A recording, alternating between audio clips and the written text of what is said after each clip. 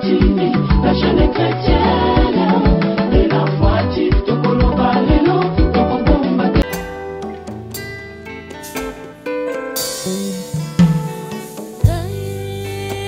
Nasengi bikamwa solo lelo nalingi na mona shilokolela eumeli peningire shilumomba letembe papayo batami wabie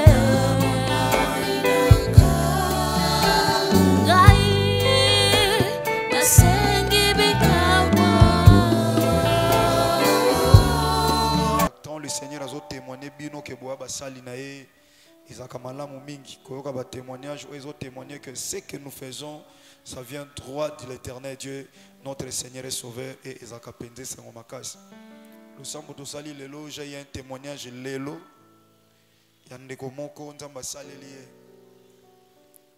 kaka na taille 12-14 azongi akezwa repos muke azwi pe repos na volonté na été a senti fatigue lala et tango azolala wana nzamba komotalisa ye ndenge ya botama esuki na ye moko te batalisi pe ndenge mobali na ya kolela. Alors j'ai dit que la gloire soit rendue à Dieu. Ma prière à 12-14 to sambe to lobi soki naissance nous a réclamé mokolo botama ka basala ka bazongisaki boye nzamba me ma confusion na batu wana et ndeko ke lala donc c'est-à-dire nzamba memi ye kaka lokola Ezekiel na osma desséché po talisa ye libulu oyo wapi et histoire vie na bango ya ye na mobali na ye et natondi nzambe mingi na lobi un grand merci na nzambo oyo tozotelema liboso ne lokola ba instrument et banane o bazondima malobezo takati na biso o ezobi makati na biso ko ute pa na ye de bango ba continuer ko vivre gloire en nzambe. Amen. La fois passée tosuka ki wapi na enseignement mbote mina bande onyo sobe bazolanda biso na de la foi TV na temps o bazozwa enseignement oyo na lisungi ya bande kona biso ya de la foi TV nzambe apambola bino mingi na ba réaction na bino nde bozo koma ndenge bozo benga koloba que boza enseigner et bozo landa ba enseignement oyo ndenge ezoleka na kati église CFC na centre évangélique de la foi en Christ nzamba apambola bino nyonso bande ko bozo landa biso na télévision pe partout à travers le monde nzambe apambola bino. Je ne sais pas la fois passée to suisa ki wapi belève école de la foi to suka ki wapi oui aya oui combat spirituel to lobela ki ni to suka ki place nini to loba ki combat spirituel c'est une prière qui nous oblige de prendre l'autorité au nom puissant de Jésus-Christ de Nazareth pour renverser, détruire et neutraliser la puissance des œuvres du diable ou des œuvres maléfiques. Total c'est qui mukana Colossiens chapitre 2 verset 9 à 15, tokenaki na Juge chapitre 6 verset 25 à 27, tokenaki na 2 Corinthiens chapitre 10 verset 4 à 6, pe totangaki mukana na Jean chapitre 18 verset 36. Na habité soko komaki te bakisa pe 2 Corinthiens chapitre 10 verset 5. On a soko komaki to bakisi wana. Est-ce que tolobela ki pourquoi renverser? Non, to suka ki wana tolobela ki yango. Voilà. Pourquoi renverser toute pensée négative? Pourquoi renverser tolobela ki yango te? C'est ça? Tolobela ki yango te. Voilà. To suka c'est une prière de combat, to pesa ki définition on a débit, tolobela ki dans Jean chapitre 17 verset 13 à 17, Luc chapitre 10 verset 18 à 19, n'est-ce pas? Et le lot tozoloba pourquoi renverser toute pensée négative de l'ennemi? Pourquoi qu'on renverse? Pourquoi renverser toute pensée négative de l'ennemi? Pourquoi qu'on renverser ma pensée nyonso négative ya ennemi? Et ça na batu musu na kati ya famille omona balobi oyo mabiloko oyo ezaya bakoko na bino bo simba kate bo lukate bo kota na makambu oyo botika oyo eza bitumba eza na kati wana eza makambo ya molimo bosimbaka te bokota te bana mama azopekisa bapara bazopekisa balobi ko renverser te koluka to ke kobunda na bango baza bato makambo makasi baza na kindoki ya makasi baza na bakisa makasi kokota makambo na bango te Mais total qui a watolobi combat spirituel tozo bunda parce que c'est une recommandation de Dieu. Zamba obligé biso to renverser, Zamba obligé biso to tellement na combat spirituel to détruire ba œuvre non so monguna Satan. Yango to tuni maintenant Zamba tini biso to œuvre, to détruire. Mais pourquoi to détruire toute pensée négative de l'ennemi? Pourquoi? Bonani balobano beta maboko sambela détruire. Pourquoi? Au commis parce que 2 points.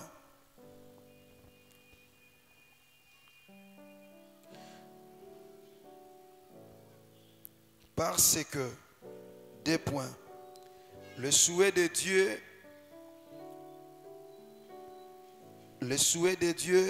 est que tu prospères, que tu puisses prospérer.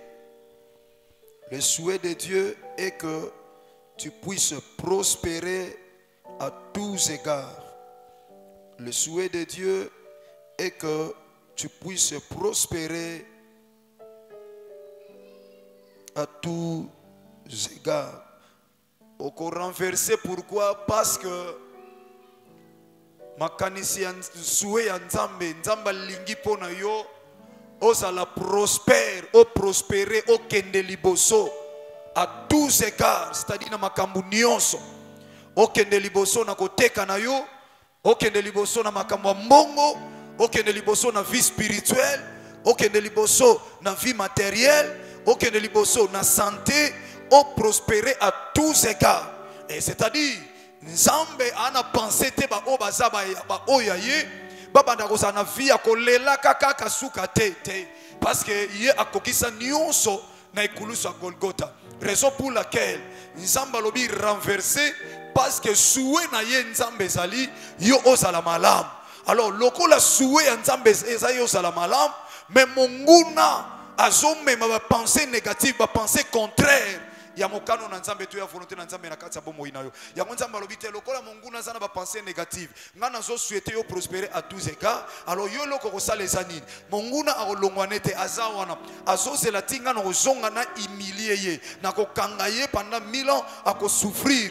Parce que bino akolongwa te pona bwaka ye na mabele wana. Akozalaka na bino yango Yesu Masia alobaki tata na sengi te na lobaki yango la fois passée. Olongola bango na mokili mais na sengi obatela bango parce que bazana mokili kasi bazaya mokili te. Donc ça dit baza entouré na misala ya Satana. Alors il faut ba renverser parce que monguna ana posa a contredire volonté ya Nzambe pe penser ya Nzambe. O esa pensée moko positive à contredire yango pour ekoma ba pensée négative ya monguna yango wana toko renverser parce que Nzamba zo souhaiter biso to prospérer à tous égards. Tous à la bonne santé, ndenge zo prospérer ta âme na biso. On a commis mukana 3 Jean chapitre 2. 3 Jean chapitre 2. Exaucé, ça va? Oh toka bopouane. Hein? Chalet.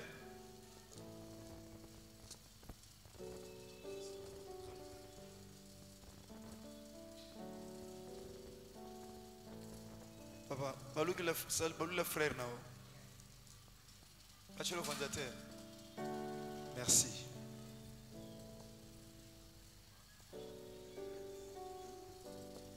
« 3 Jean chapitre 2. 3 Jean chapitre 2. Ah, ok. Vas-y mon fils. Tama pambolo mwana CFC. L'ancien Agaïs. 3 Jean chapitre 2.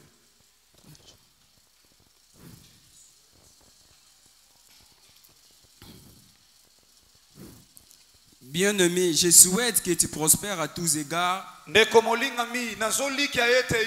Prospérer à tous égards. C'est-à-dire, na nyonso ko sala. Souhait ya Nzambe zate yaya, osali commerce okweya. Souhait ya Nzambe zate yaya, okeluka musala ba refuser yo. Souhait ya Nzambe zate yaya, abongi soki en étranger, mais yo bando comment osala démarche à viso so akate. Souhait ya Nzambe za bongo te. Souhait ya Nzambe zate maladi wane bande lata yo, ekanga yo kana nzoto. Problème osana ngwe tika yo te. Te yaya souhait ya Nzambe za wana te. Nzamba lobi je souhaite que tu prospères à tous égards. Osali commerce okumiseli yango Nzambe. olobite malo na bondeli nzambe fona on sala voyage nanga bango bakenda ba voyage bazwa échec mais yo zo tambola na sué nzambe nzambe lobi na prospérer à tous égards au sale place bango ba échouer yo réussir et ça bile mozo tambola ko olomaki non penser ya nzambe na kata vie nangezo koko kisama mais soke zo kokisama te yebaka bien aimé dans le Seigneur. Penser à mon goût, dominer les colères à penser à Nzambe. Or, un enfant de Dieu, penser à Satan, Yabanguna, esprit maléfique, et qu'on dominer les colères à penser à Nzambe. Parce que notre Dieu domine dans le ciel, sur la terre et sous la terre. Na likola dominer, na mabela dominer, na sema bela dominer. Ce qui est là, bundisa yo, ba penser négatif faisant likolo Nzamba dominant. Na mabele place tofandi a dominango. Na sa mabele akita penase. Akena ti place wa kuvya fanda 3 jours si mabima kinaye. Donc ayebi secret liwa. Merci ya fanda na Nzamba pambolo. Nzamba pambolo petit na ndako koma hotel mapoto tanga livre liboso. Nzamba pambolo. Na de la fois tivo la ndabiso hotel maka. Kozana kati ya culte. Liloba Nzambe za na frontière était bien aimé. Ceux qui ont payé confiance, quand on a de la foi, tu nous a branché, Nzamba au salopé bolam, na komba Yesu Masia Nazareth. Vas-y mon fils, je souhaite que tu prospères à tous égards. Et sois à bonne santé, Pezala na santé malade. comme prospère l'état de ton âme. Nenge eli monayo ezali ko fuluka, ezako prospérer. Alobi fuluka, je souhaite que tu prospères à tous égards et que tu sois en bonne santé, comme prospère l'état de ton âme. Donc il y a des projets maléfiques où ils ont contredit la volonté de Dieu. Mon oiseau luka vie, mais à souffrir. Mon oiseau dit ma tombe oiseau a pourquoi, mais la vie a passe. Toi on a posé total la conjoncture actuelle. Conjoncture n'a rien à voir na makamsi aux anona nzambe. Pour nzambe ton dimel azanzamba conjoncture te. Conjoncture des circonstances. Oyo eyaka ermope lelisi mutu nzambe na biso. Azanzambe ya tempe ya circonstance dit circonstance moko mabeko ya likolo na oya memelo circonstance ya malade. Oso dépendre de circonstance, oso dépendre na mutu oyo talela. Ya omoni ba Daniel même na Babylone loko ba dépendre ke pa ya nzambe. Ba projet négatif et quoi ko za likolo na bango te parce que bazako dépendre na nzambe. Mobeko se katami il faut lion alia Daniel. Fournaise ardente, tu vas chauffer 7 fois et bomi na bat pour Shadrach Meshach Abednego ba kota kuna. Mais lokola bazai ko tambusa mana soué ya nzambe. Moto ko ko sikisa bangote. Libulo bankosi ba gênant ki mukolo wa. Pensez en nzambe zali bien aimé dans le Seigneur. Au renverser ba pensée nyonso négative ya monguna Satana. Tozio mukana Esaïe. Je livre en Esaïe, chapitre 52, verset 13. Esaïe chapitre 52, verset 13. Voici, Boye, mon serviteur prospérera, mon sali nangai akotombwama, il montera, akomata, et il s'élèvera, akotombwama. il se levera bien haut. Akotombwama penza likolo. Tala basuwe ya nzambe. Tala suwe ya nzambe pona vie na yo. Tala suwe ya nzambe pona yo moto opangusaka kaka église osokolaka na sernet. Tala suwe ya nzambe nzambe abi mosali na ngai akotombwama akomata likolo koleka. Mais pourquoi zo matate? Pourquoi zo matate? Pourquoi zo matate? Parce que ça n'a pas pensée négative. O balingito mata. O balingito sepela. Raison pour laquelle on a obligé il y a qu'on renverser. On a tout dit pourquoi renverser toute pensée négative de l'ennemi? C'est parce que alingite bola mwanzambe et koksamana kata vina. Alingite. O sali bango nini ba ke kolingate. Nzamba zo souhaiter au prospérer à tous égards. Et abakisi alobi yo okotombwama okomata pe okomata likolo koleka yango ta onka kotombwami bato ba continuer ba bundisa ko ba ke nzamba alobi no ka kotombwama ya pamba te okomata soki bazo bundisa o mati lisusu bazo bundisa nzamba alobi le temps kutu ba bazo bundisa benemi soko tikali kana nzamba comprendre que faut renverser ba projet na bango au fur et à mesure ba osala ba projet mabe yo o renverser kaka nzamba tomboli yo lisusu koleka bazo zela yo okweya mais bazo mono sa nini ozo mata suka na ba changer langage na ba on ba o ba bande ko loba ba musu ba koma ko bendana ba komi na ba ko ya ko luka yo o limbisa ngai ngeza ki foti na ngai te parce que nzamba lobi okotombo makaka te okomata lisusu okomata pe kaka lisusu te okomata lisusu plus haut okozala plus haut placé nzamba placé mona na ngamo likolo yango bato nyonso loko zo connaissance à combat spirituel batelemaka au fur et à mesure ba no bundisa yo au fur et à mesure ba otindiko otombo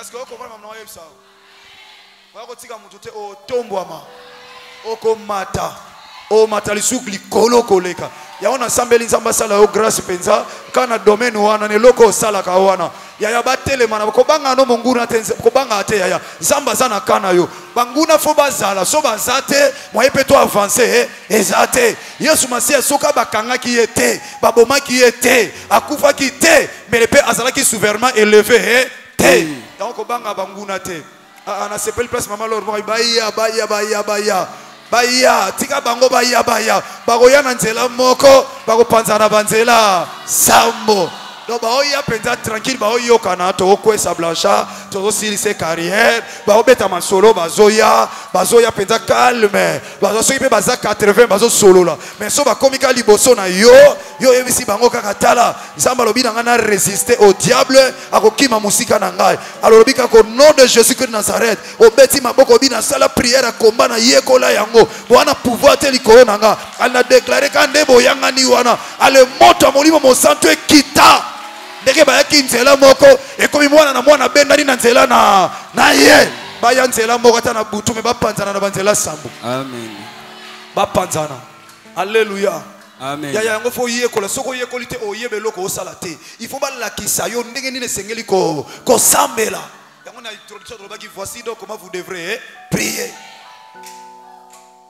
oyebi tamba to balo mabe pona yo eloko ba otindi ko luka su nzambe bia ya ba tu suti ba mona ba lobi mais ozo sanini ozo mata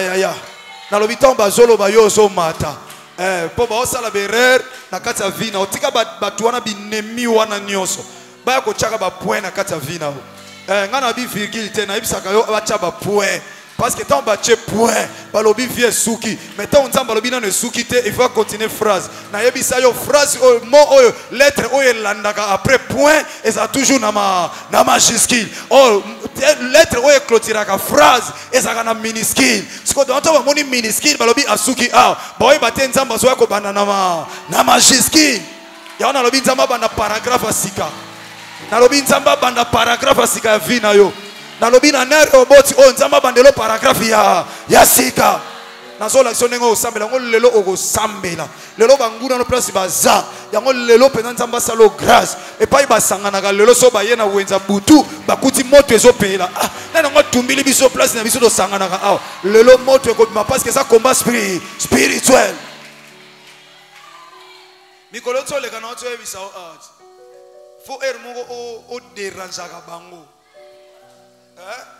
yalo kwa thermomètre vite ndako na biso bona kanisa mtu mabete mena balance wana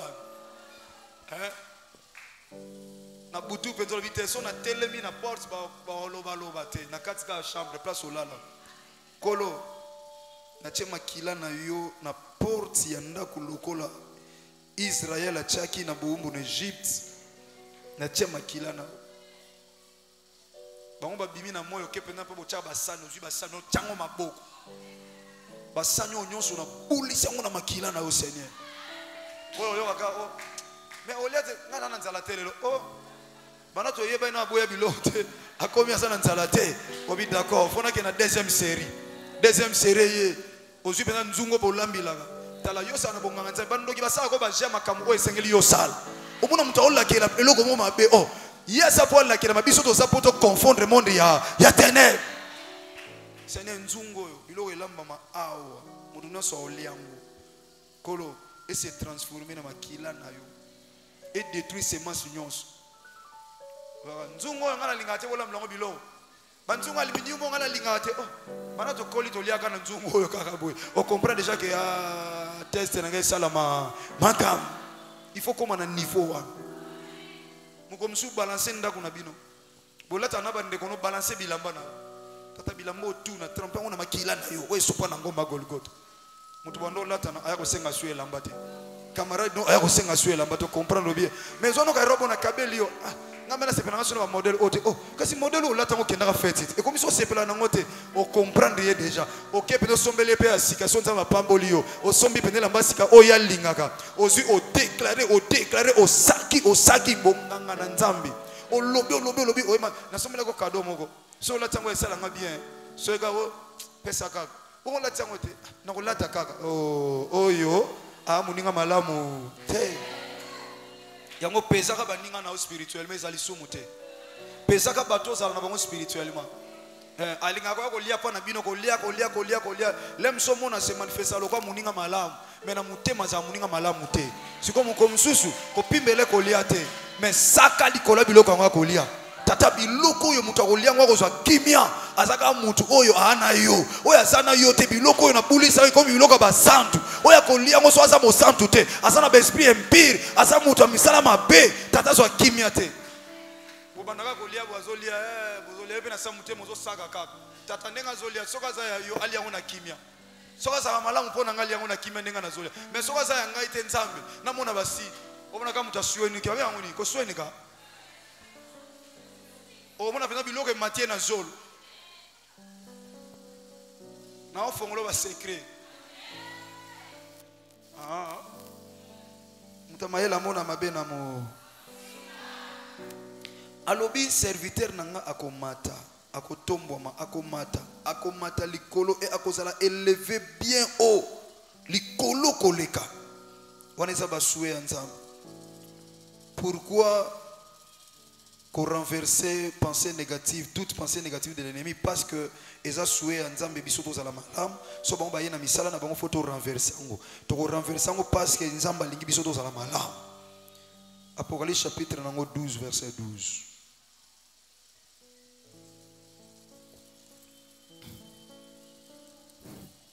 Apocalypse chapitre 12 le verset 12. Verset 12. Verset 12. C'est pourquoi réjouissez-vous. C'est et vous qui baptisez de la cieux. Vous qui habitez. Exaucez, il faut bien lire. Vas-y, reprends. C'est pourquoi réjouissez-vous. Cieux et vous qui habitez dans les cieux. Malheur à la terre et à la mer. Car le diable est descendu vers vous.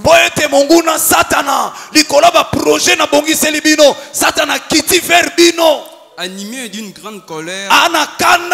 Sachant qu'il a perdu des temps.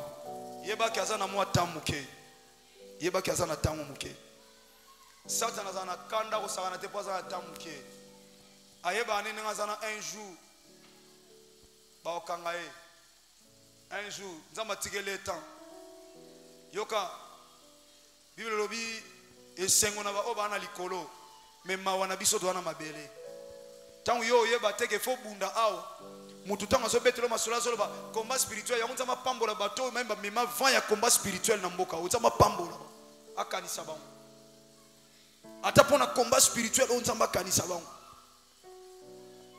Bien aimé, il faut qu'on renverse parce que nzamba lobi et c'est mon abatu basana likolo mais malheur na mabele pe na mai pour Satan na koyi kati na bino aza animé na une très grande colère. Yango monitant yo sala jeune na combat spirituel na ko parler awa quelle attitude tango sala jeune na combat spirituel yeba ko zo pesa accès na Satan et Satan o azobunda na yo omoni muto bo bunda na déjà azolia minu donc aolia minu ba donc c'est dit azana il faut abunda na mais a empêcher. Et là, on se kangaye. C'est que quand ils ont mata, au moins on sentit même expression faciale naie. Bah mouvement corporel n'a changé. Donc azana objectif bah tirer les gars temps à dévorer yo. C'est ça le diable. Le diable est sorti quel lié temps à détruire yo. Na ote ko pesa bino verset wana. O tala ngo pe to lobelango. Na opesa ngo lelo na ba attitude de prière. Oebis David, Salomon, Goliath a yebisaye. Yamana église n'a toutefois kanga makamuna yebisakayo. Goliath a télémi pendant 40 jours. afingaka Israël na roi azawana roi sa makasi na combat spirituel ayebi tic tac te ya combat spirituel abenge roi yongo tsake liki ate biso to ana biso papa na biso azali papa na bino eske papa na bino ayebi makambo ya combat spirituel mama na bino ayebi makambo ya combat spirituel yo solo bangana za mwana muke eske na famille na bino batu ayebi makambo ya combat spirituel yo solo boza mwana muke Gédéon kangola libota Israël mobimba il était le plus petit de sa famille makambo ya délivrance ya famille makambo ya combat spirituel et ça dépendre na agité et ça dépendre na connaissance oh yo suis que makambo eza normal te na kati ya famille roi ke bitumba na Israël mais aussi remarquez bien aimé dans le Seigneur Goliath a telemi a lobby secret ya bitumba molimo alors bo telemisa mutu mo na ngamu na bino ini tito bunde bele bele to perdre temps bo telemisa mutu moko ngape na telemi na ngamu na biso yoka soki mutu na bino a gagné kaka nga yebaka longi biso ba Philistin nyonso soki ngape na gagné ye na longi bino Israël nyonso donc ba a dévoilé déjà qu'est-ce qui se passe dans le combat spirituel. Donc quand yo au telemi nengo zaona na bitumba yeba que derrière toi il y a toute une famille. Batumsu lelo ba souffrir bitumba na ba ontemba lukango. Ane makase na combat spirituel. Ndeko na akenda ko pai banzoi bafandi akei afongoli banzoi a déranger ola boma banzoi wana abomite et alembi atiki banzoi bakoti na ndako. Bako sasa batu nyonso bazanda mais mutake ko fongola bango croyant que na kena boma banzoi amonika tan banzoi ba fongwami akimi or banzoi ba olandaka yemote ba okota pai batu nyonso baza c'est ça qui se passe c'est comme ça se passe dans le monde à ténèbres tango ba démon ya famille ba kanga famille ba fanda na bango yo telemi olobi ngana ke bunda combat spirituel na ke kodef eza combat de délivrance de famille na kei obandi ko bunda ozobunda lokom ta osala maseki bandinga baza concentré na prière pendant que Satan essaie à télémi à monique yo télémi bandi ko déranger bango basana na ba communication bien aimé yo ka muto oya bongoli mutema lokwa bana bauta na ba sorcellerie alors baka soki bandika ko bundisa biso babenga na ba téléphone na kindoki talanga awa parce que monde à ténèbres chrétien le sala inverse le monde à ténèbres za soudé ya ko sakanate yango moni même occultiste bato basala misala mabe basala ka soudé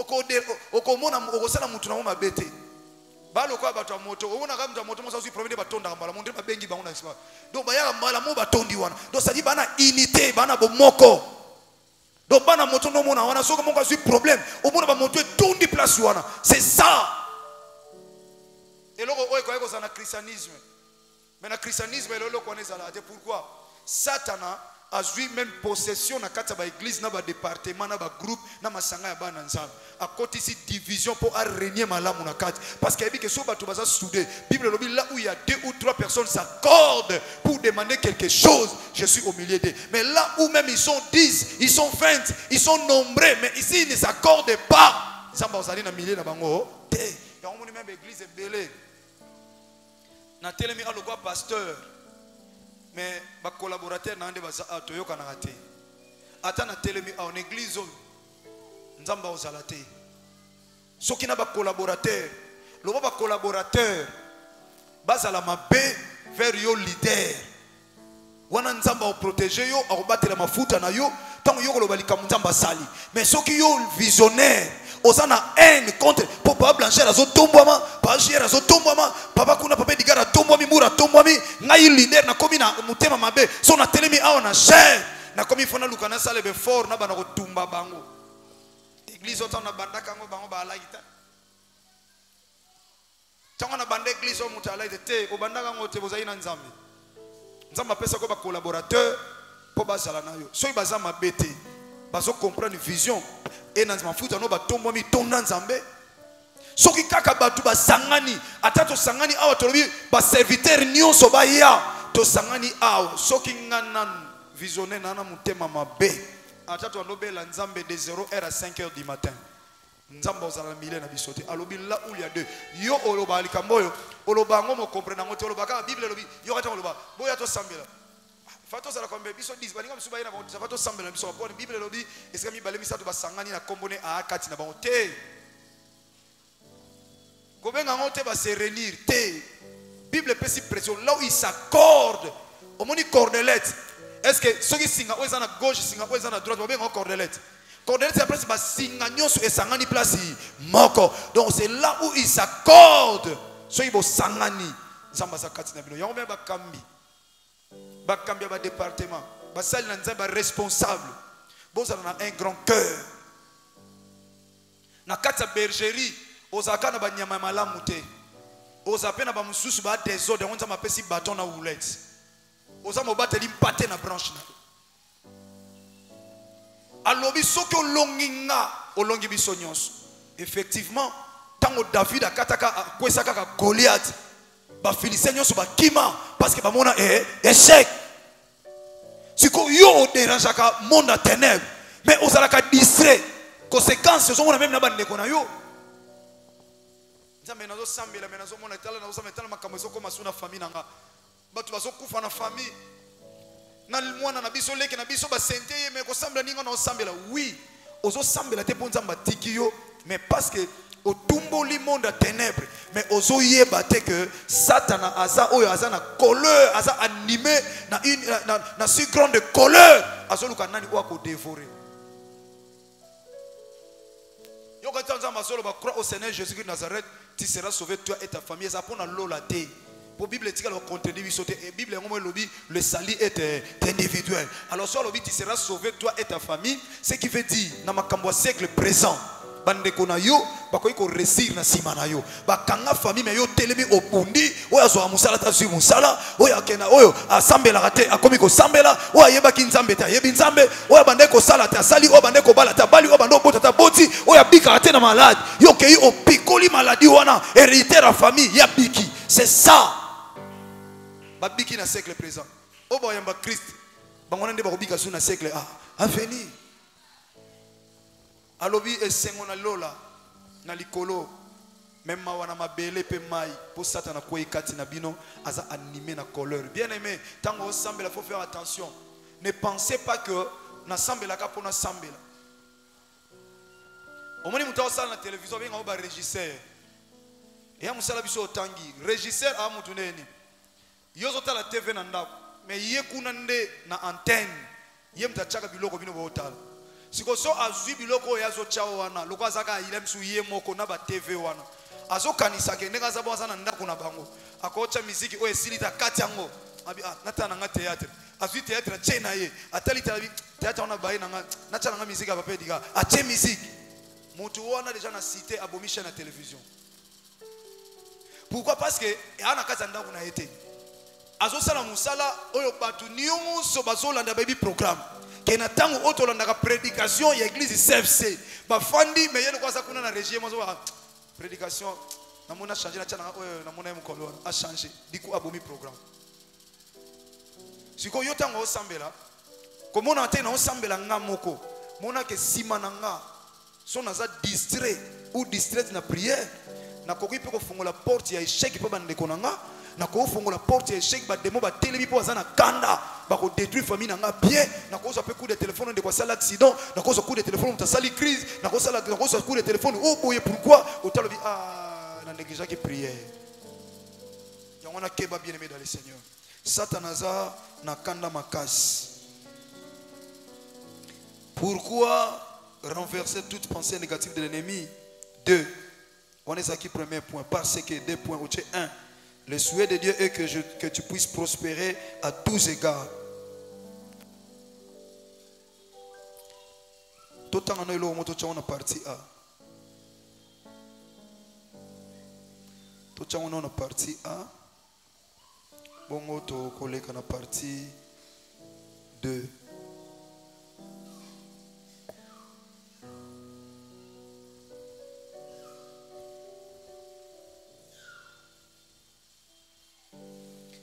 Dans Jacques chapitre 4 verset 7. Jacques chapitre 4 verset 16.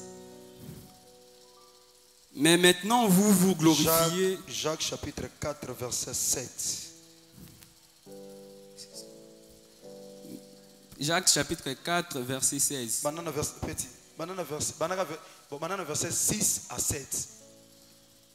6 il y a visitation, 7 il y a accomplissement. Il a avec José. Ok. Dans le Jacques chapitre 4 verset 6 à 7. Verset 6. Il accorde Azopesa au contraire une grâce plus excellente. C'est pourquoi l'Écriture dit Dieu résiste aux orgueilleux, mais il fait grâce aux humbles.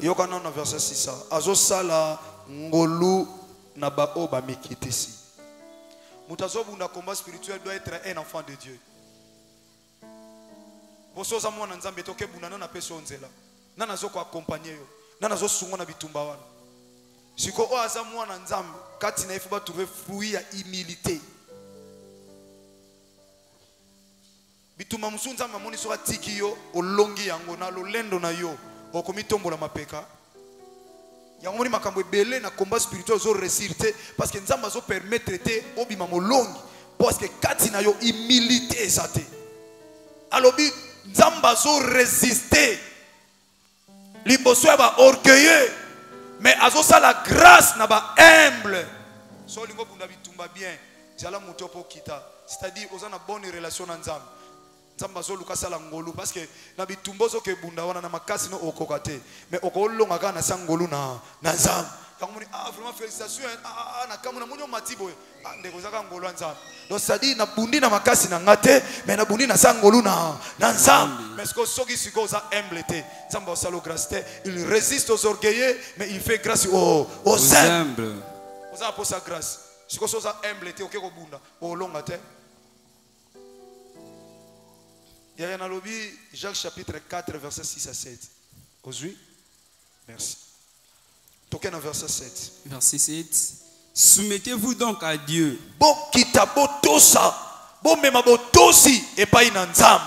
Résistez au diable. Et il fuira loin de vous. Voilà assurance. Assurance yangwana. Pourquoi renverser toute pensée négative de l'ennemi? Parce que nzamba yebisinga na résister liboso na aokima musika na nanga ataze ngambe ndenge nini so na telemi kola nzamba na recommandation nzambe na telemi liboso na ye akokima liboso na nzambe na kitaka na ngali liboso nguna na telemaka yana ebisako mutu awumelaka na présence nzambe ya komikita fukami liboso nguna azalaka yako telema parce que liboso nzambe c'est la soumission mais liboso nguna c'est la résistance. Est-ce que mutu maso comprendre?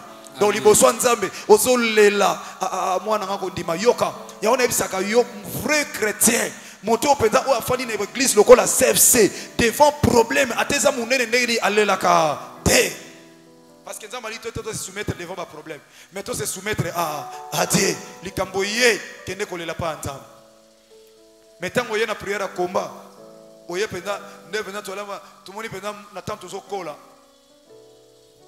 Biso na baba nsoto na bayamo bazaki très mauvais biso ko tondo bunda bunda te so bozo bunda bayana biso baati lelo ya baba na biso balo baba ba chinois bakabula bitumba te biso koli bon toyoka ba terme na baya biso to ba chinois do so salero ke bunda lupango coin na balabala o sambo bozo bunda ba telema ba chinois bakabula te so mutu moya kabula mabite tika ba chose kona yosko zo lela monde yo sa iso ba beto mona o chama boko bo mezo lela mutachema boko boye mazosa nini asolela mais muto so bunda na obanga yote yoka mais poussa na to ba frère belé ba abando sa bongo lelo zo monika frère mais akolinde ngwana ka ba on comprend que c'est peu yo hein pas j'avais peu bon ayo ko sanko bando beta ba tout oyo même na ba famille batata nyonso bazalaka bato bazeba diplômé batata nyonso ngai na bandoko bima les premiers batata nyonso na ndako ngana salaki les premiers bobo batata nyonso ba premier bongo deuxième bazaki wapi so mona ikani aina devoir biso ba oyo to bando sala ngo bien ngana 15 zaleka les premiers tata nyonso bando ba ndoko ndengwa siko bino batata nyonso quartier ba premier siko yoso ebisanga to tanga na oyo siko nana zalaki deuxième oto tanga na tata na kingandi siko bino balenda na zalaki deuxième. Il n'y a pas de bango, il y a premier. Il n'y a pas de bango, il y a premier. Batataka l'intimidation. Nzo bakosa kosa biso trop. Oye ba père nso bakosa biso. Azo sala et pas ba belge. Belge na coupé na muke na casque colonial na fimbu. Amoni papa zo salaire moko fimbu nde ba nyokola bango. Akomi papa zo tanga wate. Qu'est-ce qu'on a écrit? Ne passe pas l'homme. Mais pourquoi toi tu es passé? Pourquoi tu es passé fimbu? Tata tango ba ale bongisi ba longoli ba pelouse wana papa logoti yango.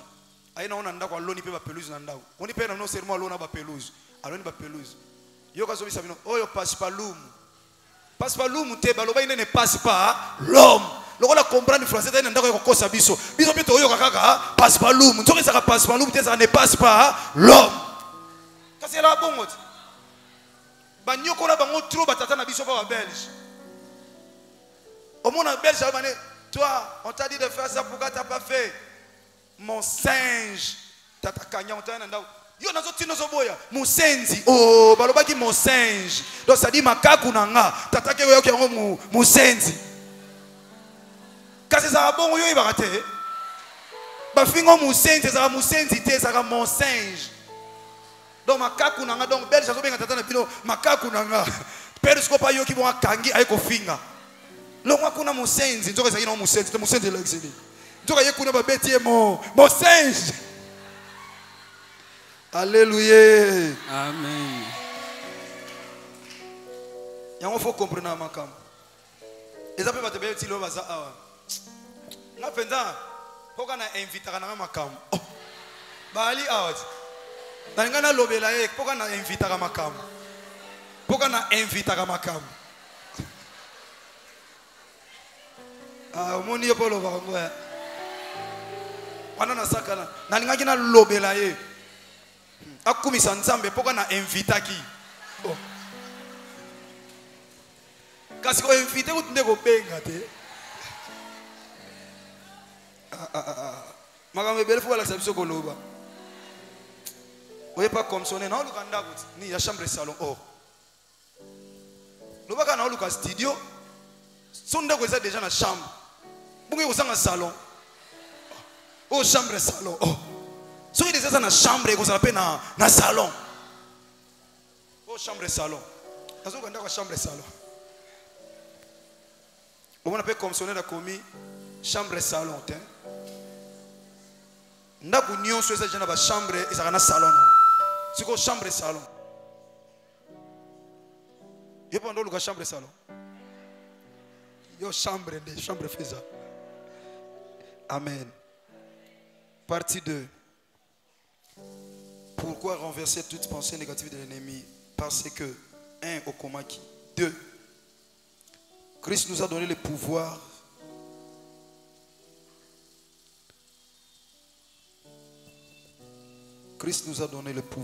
de les chasser en détruisant leurs œuvres. Christ nous a donné le pouvoir de les chasser en détruisant leurs œuvres. Na kobebisaka pe misala na bango na lobi biloko mibale kobengana ka pamba te mais kobebisa pe misala na bango okobengana satana mais soki siège na yetika liwana makambo etika la kaka kosalama donc il faut penza kobengana ye pe ko détruire oeza misala na ye ozemukana na Marc chapitre 3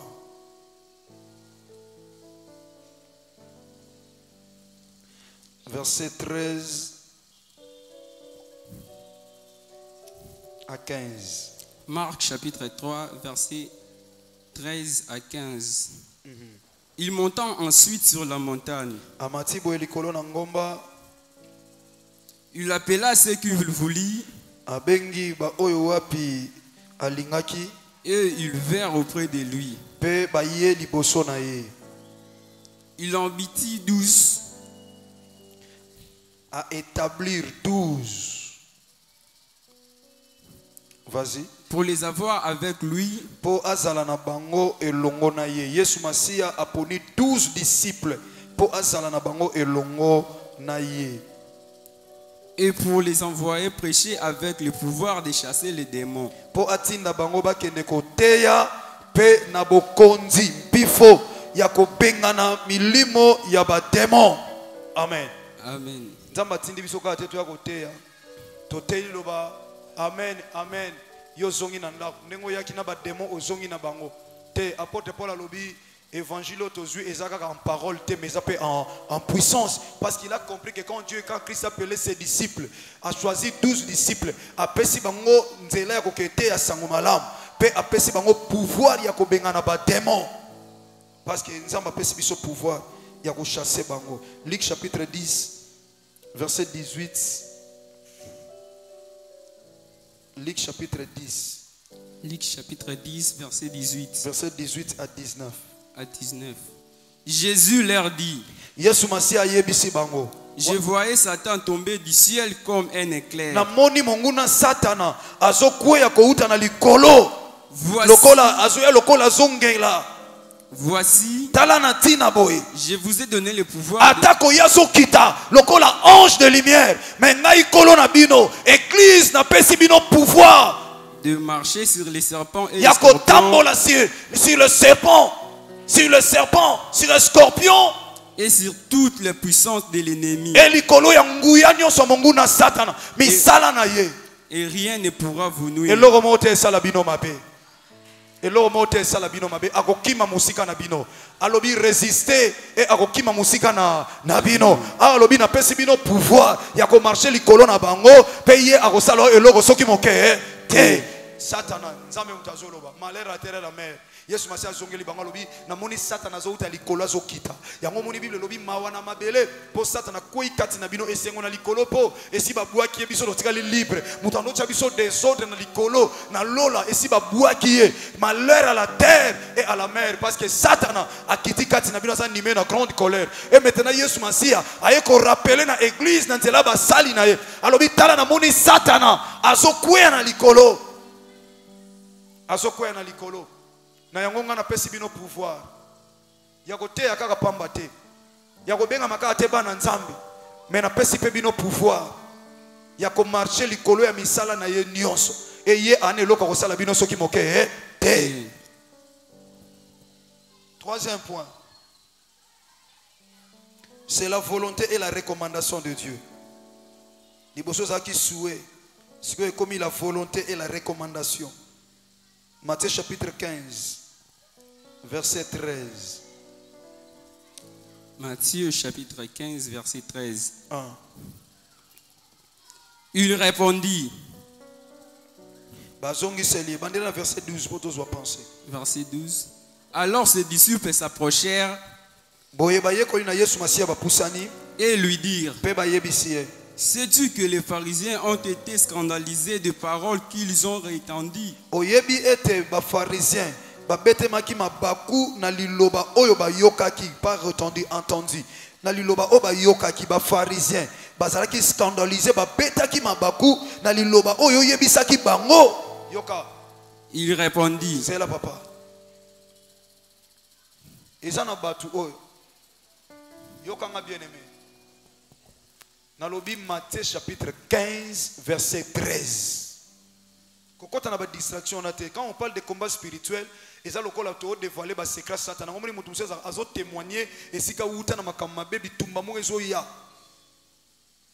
Bitumba mo ko ezo ya parce que bazo na zo dévoiler ba secret. Alors tant to lo makamba combat spirituel et sengeli osala penda très prudent. So osaka na kata ignorance boy, osaka ka boy osa fixité. Monguna ko profiter a memayo na destruction oko comprendre makambo malamu te. Écoutez, Yesu Masiya tei ba yekoli ba comprendre que ba pharisien ba se pointer lokola bato baza contre la parole de Dieu, donc contre likambo eza volonté ya nzambe na kati ya bomo ya peuple ya nzambe. Christ a tei vérité mais nzoka bango si bataki ba semence ba œuvre ya mabe na kati ya Israël. Batu batambola libanda Kristo. Batu batambola libanda volonté Kristo. Souhait à Yesu Masiya Nazareth na fille abana na nzambe ekokisa te ba pharisien et si ba plantaki ba biloko na bango. Et si ba détruisaki ba loni semence et pas nzamba lobi mwana nga moko te komba kozala. na Israël na peuple na ngai même combat obota 7 fois mais ba pharisien symbole ya batu ba yeko contredire lo bananzam ba yeko tchawa na te na kata peuple nzambe faut stérile azala o nyonso nzamba bongisi ya positivité bango ba yeba tche négativité. Pourquoi renverser toutes ces pensées négatives de l'ennemi? Pourquoi? Parce que c'est une recommandation. C'est une recommandation. C'est la volonté également de Dieu. Tu as la volonté ensemble. Per recommandation. Alors, tu as là. Les pharisiens, c'est ba sepelité ba beti libaku. Na makambo yo lobi kuna. Oye ko libérer batu. Oye ko pesa kimia pa ya batu. Oye po batu babika. Na siècle présent ba mona bolamu na yo. Pe na siècle veni ba kota lola. Bango ba beti mabaku parce que ba sepelité. Batu bako sepelate, batu bako kelolate, batu bako mona bolamu nzambe te. Yoka réponse Yesu Masia zo pesa bango. Vas-y mon fils. Il répondit, Yesu Masia zo nseli bango. toute plante qui n'a pas placé mon Père céleste. Répétez, lentement. Toute plante qui n'a pas placé mon Père céleste. Nzete nyonso oyo tata na ngana lola alonite sera déracinée. Esengeli epikolama. Est-ce que vous comprenez maintenant? Epikolama. Ah, na luka verset moko. Ezo matanga ya. Nzete oyo nzamba lonite esengeli epikolama. Donc ça dit oyo nyonso nzamba tchete na kati ya vino nzamba zo pesa ordre eleka na ko pikolama. Epikolama. Alobite okata. Alléluia. Amen. Alobite okata. Nous fouiller verset moko rapidement awa et accompagner biso na verset o. Nyonso o nzamba lonite esengeli epikolama. Epikolama. Yo mtotika ngonde ngwana. Nzete tata lonite.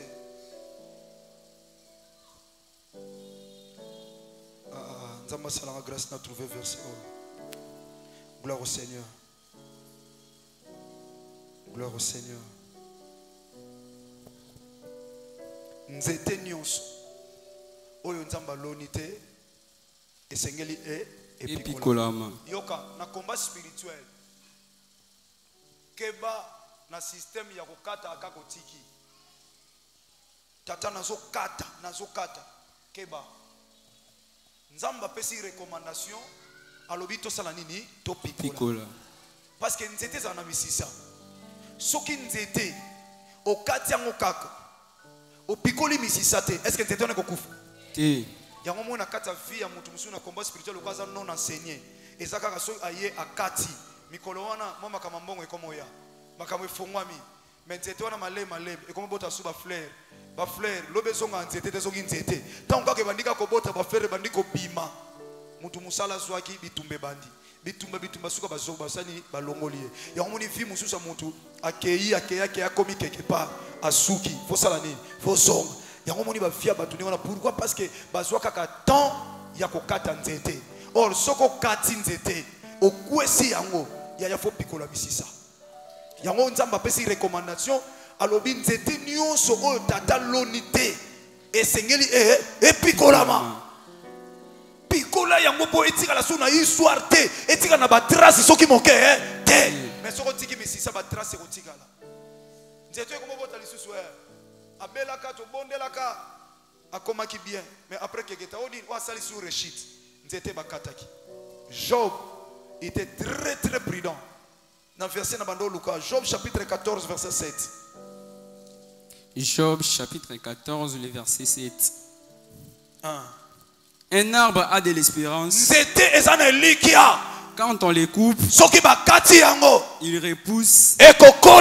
Il produit encore des rejets. Nana comprendre.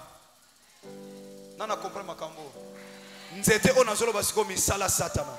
Misala ya satana ba démon na kati ya vina yo. Bazana ko banga te ata telemina ya kwesi biso.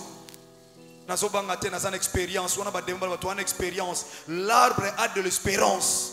aza na espérance ayebi ke neza wana na kobota bakatanga combien de fois na famille o bakwesanga combien de fois mais lokola bapikola misisa te suka na ona sala nini na botaka.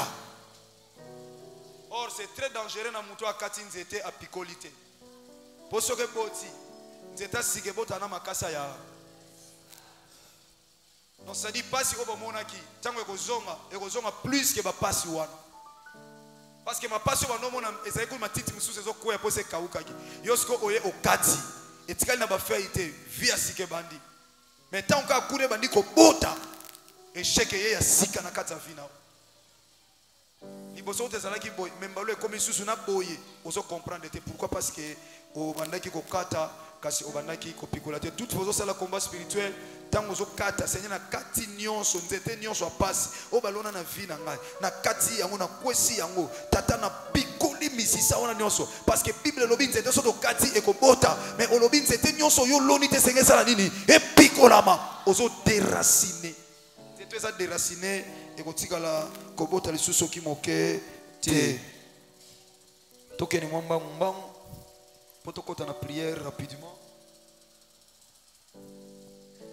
Quelle attitude faut-il avoir pendant les combats spirituels ou d'autorité? Quelle attitude faut-il avoir pendant les combats spirituels ou d'autorité?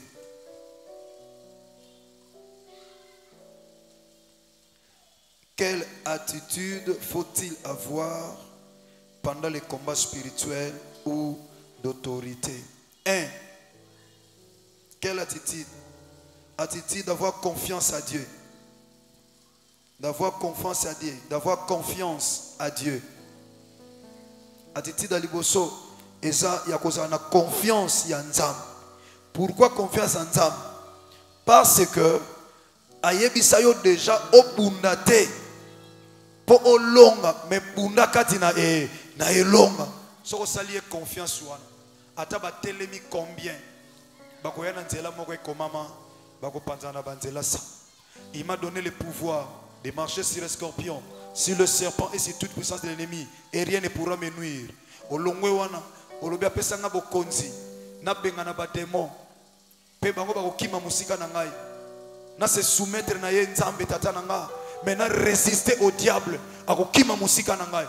Toutes ces promesses, ozana ngo kati na yo, et aussi confiance na yo, o placer yango na promesse en nzambe, et ceux qui même de moi telemi. Yo po telemi yo non toloba aw okolela te parce que okelele pa ina nzambe mais les bosso ba démons ont résisté bato bele ba échoua parce que azana confiance en nzambe te ana confiance en nzambe te et ça la m'appelle à Israël Saoul a tambusi Israël pendant longtemps mais les bosso Goliath a longoli confiance en nzambe Goliath a commis un niveau aloba soibo wana nzamba solo botelemi sa mutu na ngambu na bilonga pe na telema tango ka Goliath a telemi elembo ya démon ya diable tango a telemi bible bi Israël na roi bakimi et Goliath azobima chaque jour pendant 40 jours soka ina tongo a fingi azongi na Israël kimi ya zongi na ye wana pana mba osepela to ane lombe na biso monde ténèbres zo sepela parce que soki démon moko telemi ka na famille a lobby na batata na ba mama libota ba kimi. Pourquoi? Les chrétiens basés dans la famille ont confiance en Nzambe. Ils ont la grandeur. Aboma batuboy, asalaboy, asongsaboy, bazobang. Saoul peut salamela ki bang. Ba fingi Nzambe pendant 80 fois. 40 jours du matin au soir, ça fait 80 fois. 40 fois na tongo, 40 fois na pokwa. Ba onyaso bazokima. Mais la force de David, c'était la confiance. La force de David quand il était arrivé, c'était la confiance. La force de David était la confiance. On a l'objet attitude de cause en ango, tant que la prière y a combat, et ça dit qu'on fait confiance à Dieu, avoir confiance à ce Dieu là. Qui est dans son bunda, et ça n'a pas ça longue la ngomba Golgotha. Et ça dépouilla bango. Ça t'en a d'autres makele la pamba. Asuna makasite. Nende kwa yebi ça t'en mokile katana. Mokile zoninga na zane lokote. Asoko intimidé. Soko bangyo kimi. 1 Samuel chapitre 17, versets 32 à 37. 1 Samuel chapitre 17, versets 31 à 32. Je lis au nom de Jésus. Il faut bien écouter. Versets 32 à 37. Qu'est-ce qui se passe, mon fils? Versets 32 à 37. David dit à Saül, David alobi na Saoul. Awa sikoyo, Saoul a kimi mingi na Israël. Pour bazobanga Goliath, ils n'ont pas fait confiance à ces dieux-là. Des fois, Bitumba. Oh, Israël a sobuna na ba Philistin le kola image à diable. Israël peuple nzambe ba na nzambe. Mais tomba komi peuple nzambe exaucé n'a pas fait confiance à ces dieux-là. 40 jours banda ba kenda et logoté. Mettons David aye. Akuti bitumbana ni nango oto bundaka te bana toya. Oh mais pourquoi? Ah mutu mo soit télévi awa bisono zozo kima. Mais non, Israël bo kima. Et là on a séparé David à lobby. Quel est cet circoncis? Païen ni nango démon ni noyo. A que insulter le Dieu d'Israël, le véritable Dieu. Yaya, sauve ta combat Yesu Masia na famille na bino. Yaya sauve combat Yesu Masia na musala na yo. Sauve combat Yesu Masia na ba frère na yo.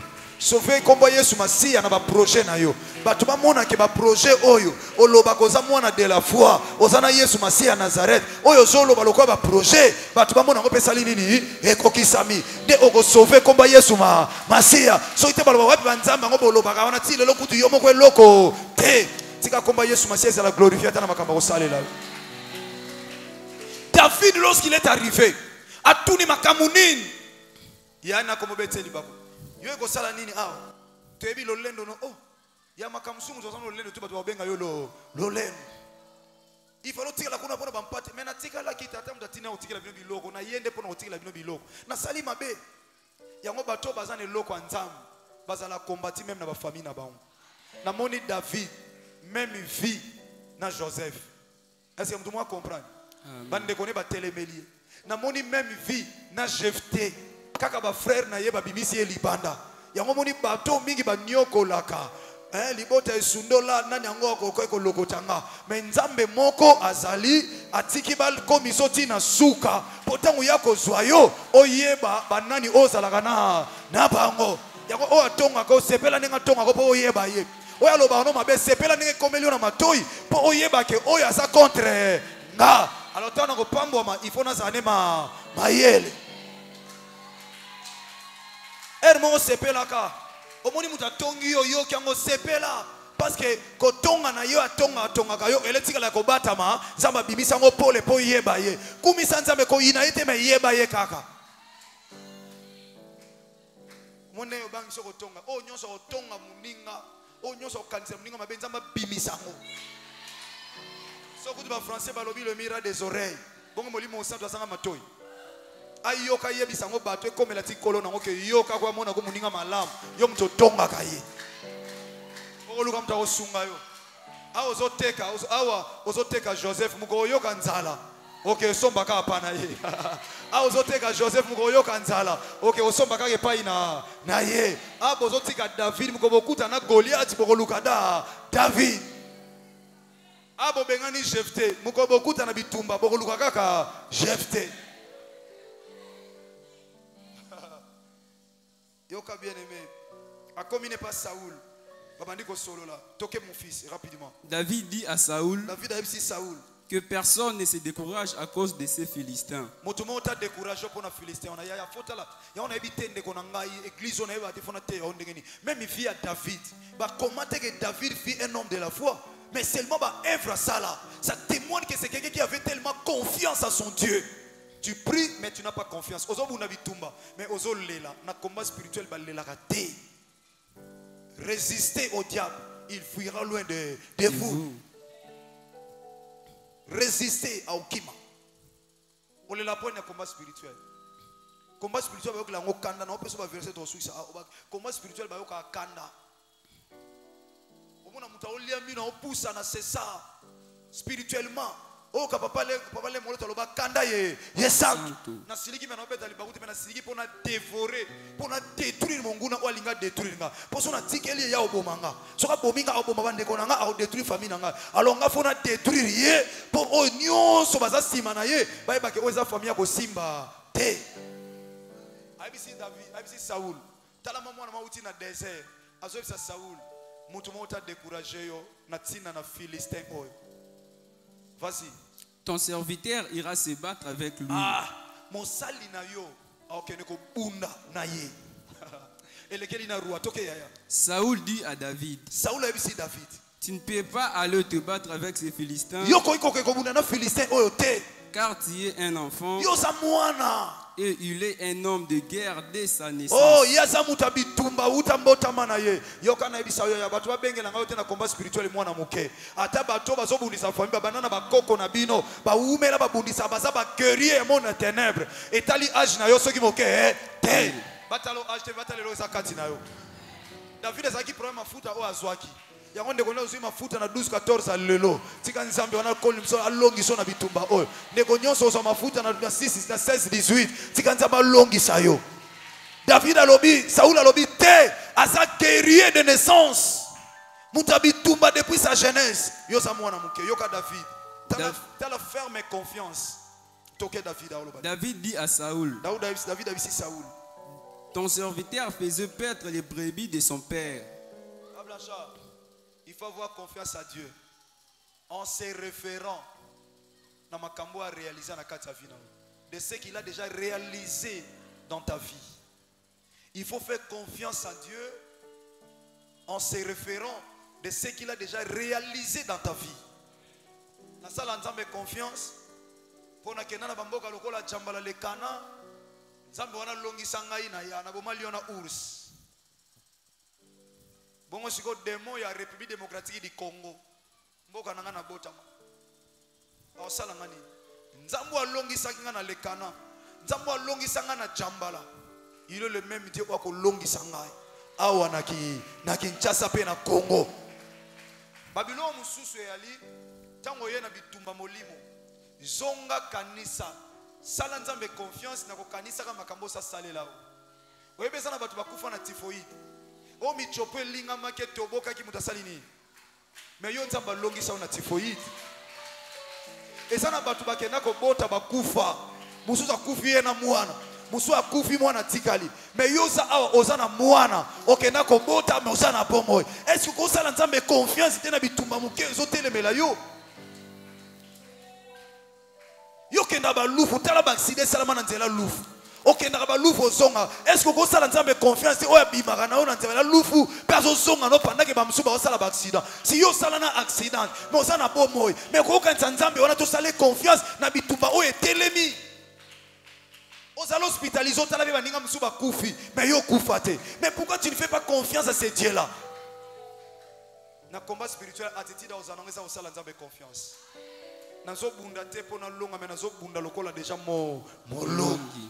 Parce que Nzambo along c'est un David force na ye à se référer à l'obitala.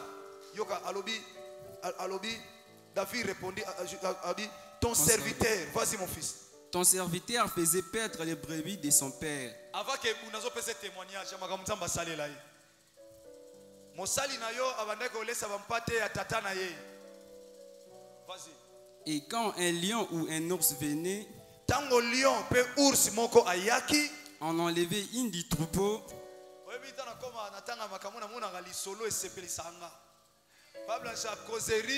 Ya mwana moka muke na rua. Azoyebisa rua makambo ezolekela mayele na ye. Rua zo comprendre. Mutu alembisa ote. Mokonzi ngai mosali no nazoke ko bunda na mutu wana. Te ko kende te. Okufa mukola bunda tro yo loko te. Olalo bana yema kamususu alopesa ye témoignage. Albumoni mosali na andole sa bampata tata na ye na désert. Liona ours tomba yaki, vas-y mon fils. J'ai couru après lui. Tango bazui mwana na mpate ya tata na nga na landaki bango mbangu na simatala nano mutoyo ana mbangu akolanda ours na lion. Je le frappais na petaki bango et j'arrachais la brebis de sa gueule. Pena botolaki mwana mpate na munoko na ye. S'il s'est dressé contre moi, yoka soki alukaki azali boso na nga, je le saisissais par la gorge. Na kangaki ye na gorge. Je le frappais et je le tuais. Na betaki ye pe na pomaki ye. C'est ainsi que ton serviteur a terrassé na lolenge moko na bomaki yoyo les lions et l'ours. Lion na ours. Et il en a sera philistin. Ndenge moko pe na ko boma philistin oyo. De cet incirconcis. Oya za incirconcis. Comme de l'un d'eux. Bandela. Comme de l'un des. Comme lokola moko na bango. Car il est car il a insulté l'armée de Dieu vivant. po ete ye afingi mapinga ya Yawe nzambe na bomoi. David dit encore, Force à David. Ifande na makambo ya barondolo. Comment on niveau kondima, quand on parle de la confiance, on voit directement la foi. La foi, c'est une ferme confiance à un Dieu vivant, quoique visible physiquement. Atazo mona na boete, mais azana pomoi. Aza le chef de l'armée de Dieu. Azo mona na Yesu Masiya Nazareth. Tozo mona ye azali. Atazo mona na boete physiquement, mais na yebi ke azali. Yangomo David a dit, l'Éternel est mon ombre à ma main droite. Donc ne nazabo na bitumbo nazo kene na mulili oyo nazo mona lokwa eloko te mais nzambe azo mona na te mais asali nini azali nde na mona lili na nga na ebike nzambe azana nga hello. Force à David ezaika vas-y. David dit encore, Alobi lisusu. l'Éternel qui m'a délivré de la griffe du lion Nzambe oyo akangola kinga na manzaka ya lion et de la patte de l'ours pe na makolo ya ours me délivrera aussi de la main de ces Philistins. akokangola nga pe na maboko ya Philistin oyo. Et Saoul dit à David, Saoul alobi na David, va kende et que l'Éternel soit avec toi. kende pe nkolo azala elongo na yo. Mais na début abando boya ti. Na début abando boya amoni na solana batu. Mais mutu azoloba maloba mwana azoloba esa maloba age na ete. O esa maloba batu ya kondima.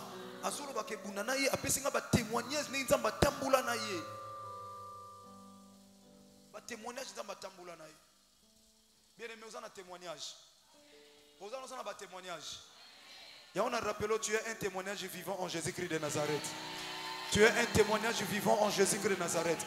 Ozali tatoli ya pomoy katina Yesu Kristo Masiya ya Nazareth. Sikozo bangani bunguna. Na kenemba poto sambi. Je suis un témoignage vivant en Jésus-Christ de Nazareth. Saoul ayoki malobona yokati alobi kende yawazala na yo. David akendaki abomaki Goliath oyebeli solo bien. Tokei point de to succès. Attitude nos anamo. Attitude moko ya koyeba ete sachant que tout geste compte dans le combat spirituel.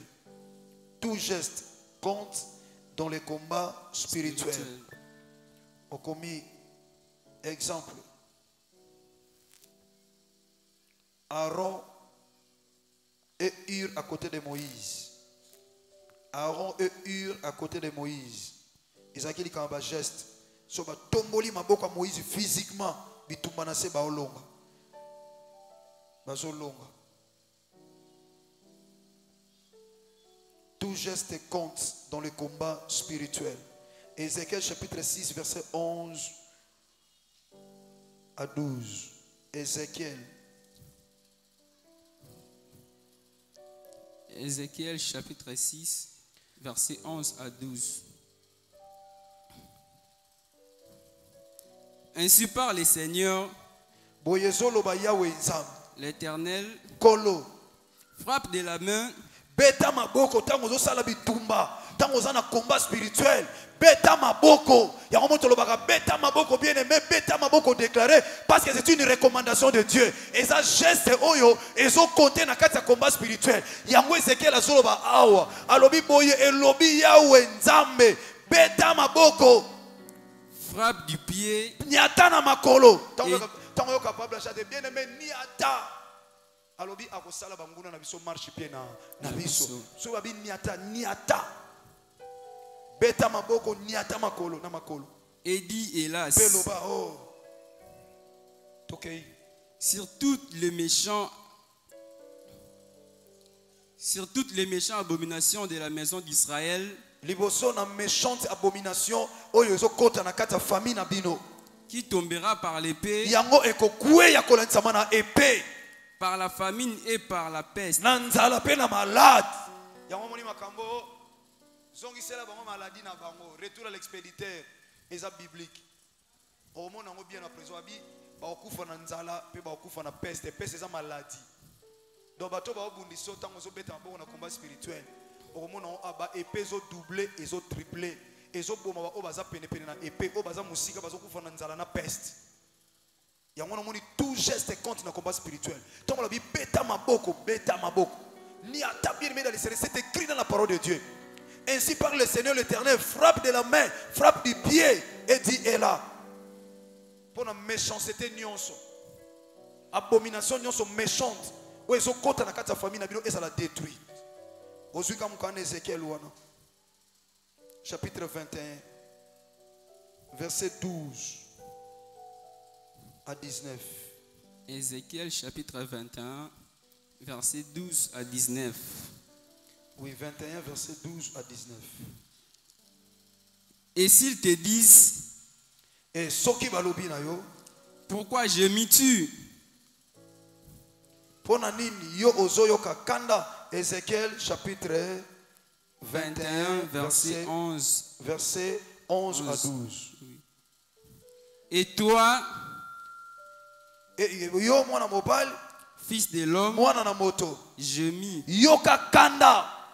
le rein brisé et la menture dans l'âme, Bongo oyo nyonso eza lokwa bibundeli kati na motema biloko passe. gémis sous les regards. Oh yoka kanda liboso na bango. Donc tango zo sambela na combat spirituel, même attitude na yo, puis me koza attitude ya mutazo sekate, ya mutazo na sengote parce que on est dans le combat spirituel. Il y a des esprits, il y a l'attitude extérieure où ils ont reflété image moko intérieure et spirituelle. Où ils ont l'accès montoyo et ça matin en profondeur. Il y a bitumba où ya sana yango atotali ne longi. Atotali ne longi. Ya wana alobi zala na kanda liboso ya etale lina bango. Toke ya. Et s'ils te disent, et soki balobi na yo, pourquoi je m'y tue? Pona nini yo ozana kanda? Tu répondras, parce qu'il arrive une nouvelle. Tous les cœurs s'alarmeront, toutes les mains deviendront faibles, tous les esprits seront abattus, tous les genoux s'effondront en eau. Voici, elle arrive. Elle est là. Dit le Seigneur.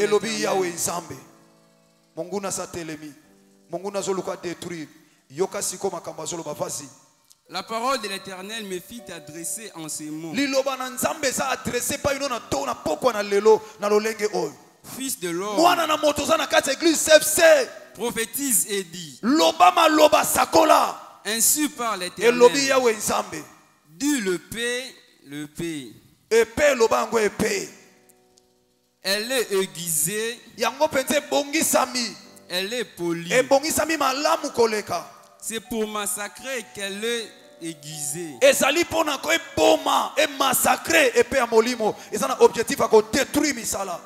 C'est pour étinceler qu'elle est polie. Nous réjouirons-nous. Le sceptre de mon fils méprise tout bois. On l'a donné à polir. Verset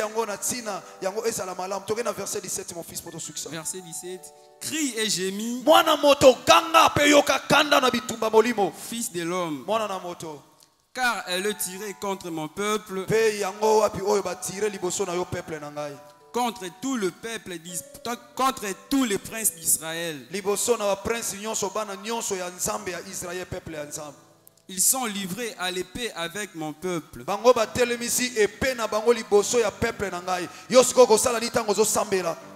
donc sur ta cuisse. C'est écrit. Oui, les prêtres sera et que Séras. Verset 14.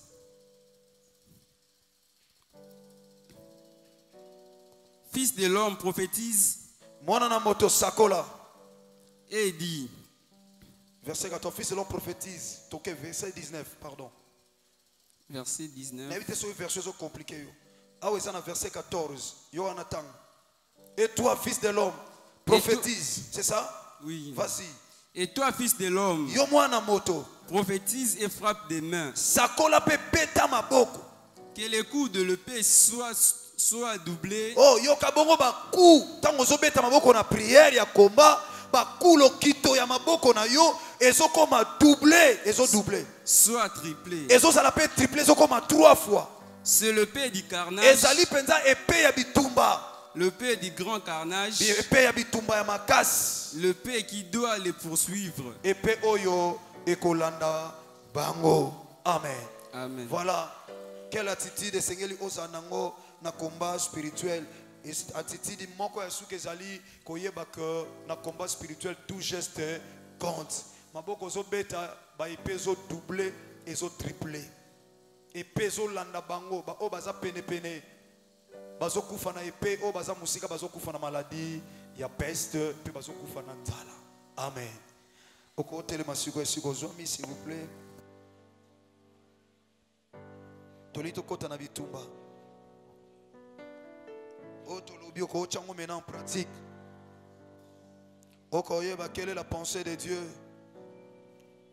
Nzamba lingi ba œuvre nyonso, misala nyonso ba lone pikola me kata makaka te pikola. Attitude nino ko sanango yeba que tout geste compte.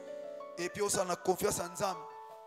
Ata démon waza géant Bible lobi résister akokima musika na yo. Ata boma batu yo résister. Otomboli maboko likolozo pe sanzambe merci pour l'enseignement aujourd'hui na poko na lelo.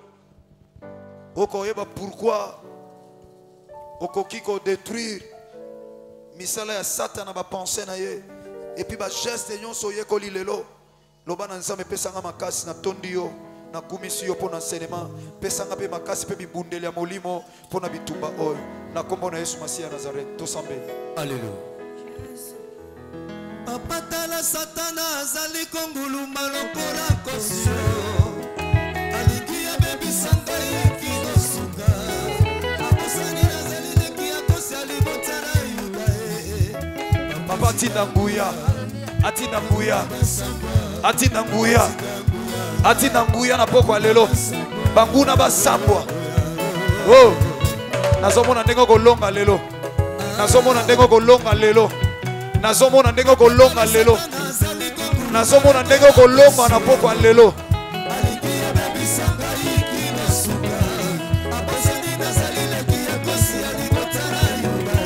Papa tinda nguya banguna basambwa Alléluia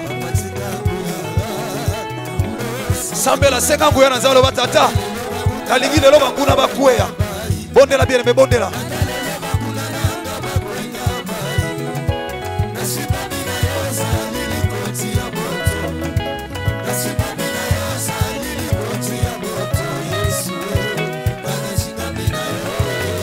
Alléluia. Bondela, bondela, bondela, bondela. Samba pesa yo makasi.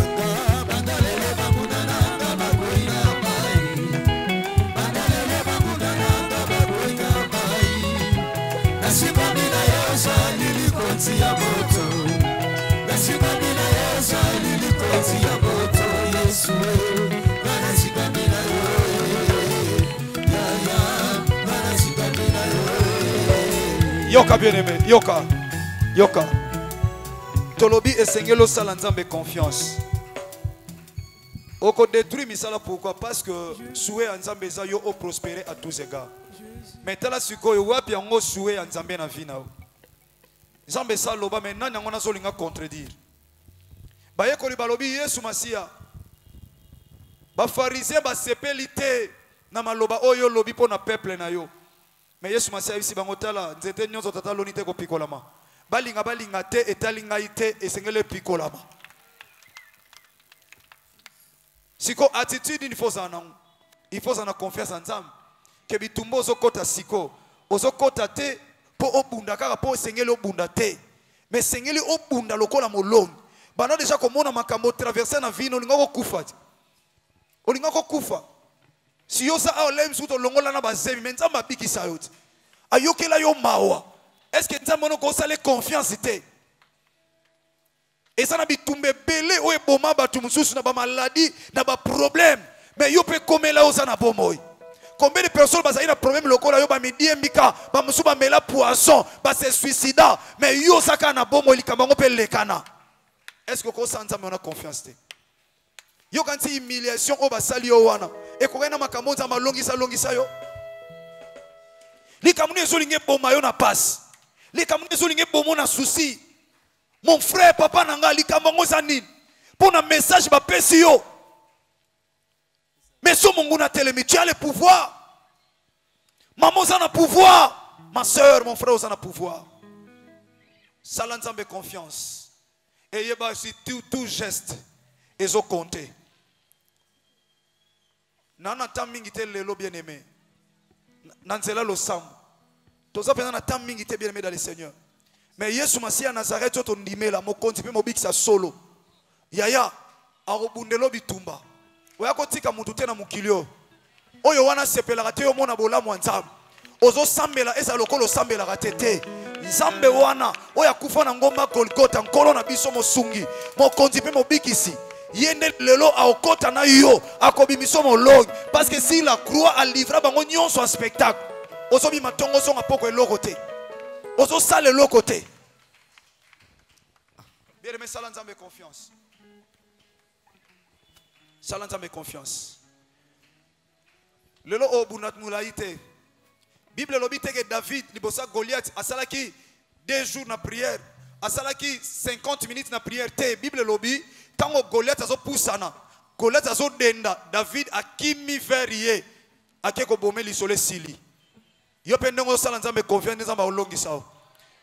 Ya bitumba so eza 45 minutes. Yo obando longa na les 5 premières minutes. Nzamba salo de chaka mologi. Loba nkolo Yesu Masia Nazareth. Soki na Yeshua na bitumba. Pona sala yo confiance te. Mais lelo na renouveler confiance. Kondima nange mati. Nazokota na champ de bataille. Ndenge David akotaki. Abangaki eloko te. Nazotala te ba yaya famille. Nazotala ba papa na ba mama te. Mais nazotala relation yanga na yo. Yango nazokota na bitumba. Olobi pa ina ona se soumettre. Mais liboso ya Satan na résister. Na ozonga sima te. Soki akwe ite. Na kotika bitumba te. Na osalo confiance. Oyo nyonso akanganga. Akanga famille nanga. Et si arrêta. Aklotira. Alobe kosimba te. Bamata bakita. E kosimba te. Lelo.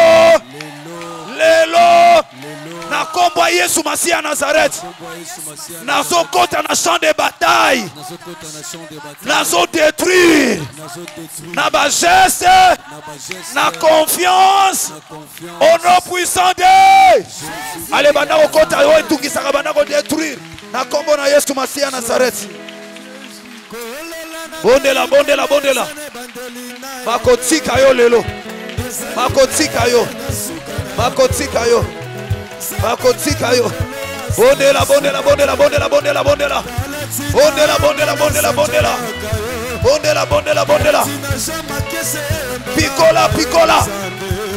Pikola. Osana epena maboko. Timola. Pikola yango. Tout geste compte. Tout geste compte dans le combat spirituel. Bondela. Bondela bien aimé,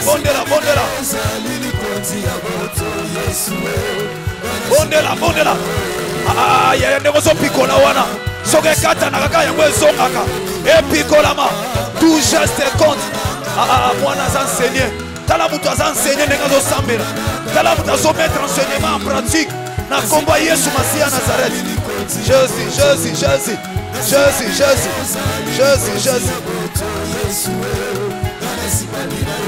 Osana épée. Alléluia.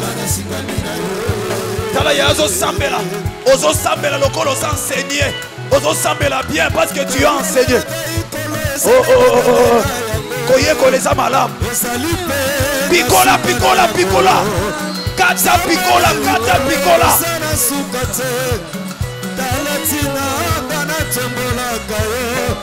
Talatina jama kese embelaka yo Nzambe.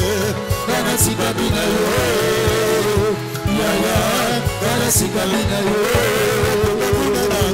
bandalelo bakunananga bakwenda pai bandalelo bakunananga bakwenda pai nasika bina yo zali likoti ya boto nasika bina yo zali likoti ya boto Yesu nasika bina yo Bozobunda au nom puissant de au nom puissant de Tanga bien combat muto sa longi sao déjà au nom puissant de Tombola loboko likolo bien-aimé lobakolo Yesu Masiya à Nazareth Yondo pesanga recommandation na résister liboso diable akokima mosika na ngai yondo pesanga recommandation olobi tala na pesi yo pouvoir ya kotambola likolo esprit mabe nyonso lelo nazotambola likolo ya blocage likolo ya pasi likolo ya nyonso oyo etungisaka nga na libota na nga yo lobi na tambola opesi nga bokonzi wana yango nazotambola tanga likotaka kombo wana enyokolaka yo wana beta maboko tambola ni ata tambola rendaria bababababababababa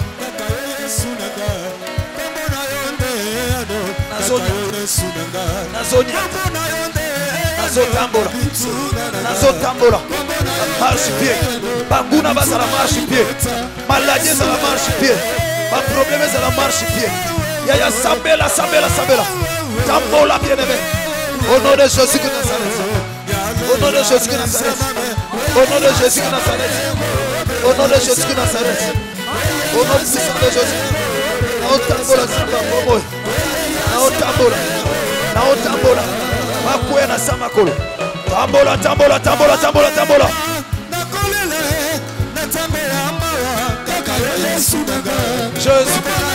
Jésus Christ de Nazareth tambola likolo na ye alela amona makabu na ye akoma na samakolo na yo na kombo Yesu Masiya Nazareth ozotambola ekweya etambola malikolo na 6 na 7 oh nyata fils de l'homme frappe les pieds marchez sur les scorpions sur les serpents et sur toute puissance de l'ennemi on est là au nom de Jésus de Nazareth na kombo na Yesu Masiya Nazareth tambola kaka osale confiance ozosambela avec confiance ozosambela avec assurance enyokoli yo mingi oyo etambosa yo mutu oyo elelisa yo tambola likolo na yango tambola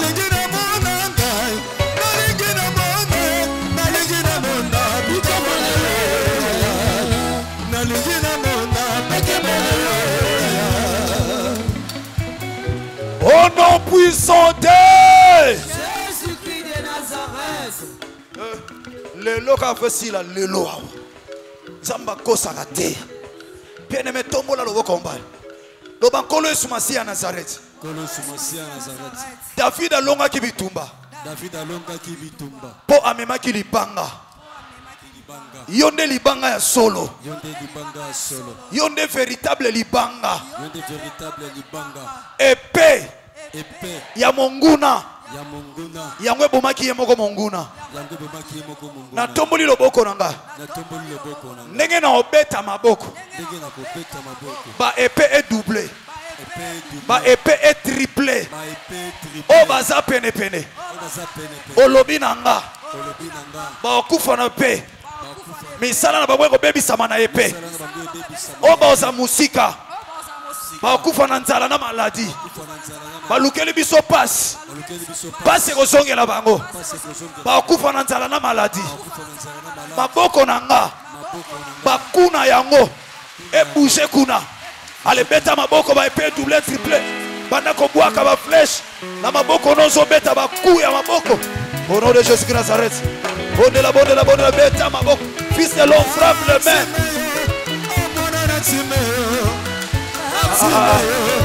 Jésus mwana na nzambe alobi mwana na Dawidi yokela ngai mawa yaya mwana na Dawidi yokela ngai mawa yaya nalingi na mona ngai nalingi na mona nalingi na mona bikamwa na yaya nalingi na mona petembo na yaya ata bakopekisa ngai ngai nakokanga ata bakoboya ngana kobana yaya nalingi na mona petembo na yaya nalingi na mona petembo na yaya yaya na ngai Yesu yaya na ngai Yesu yaya na ngai Yesu na ngai yale yale sabale yaya sabale yale sabale yaya sabale yale sabale yaya sabale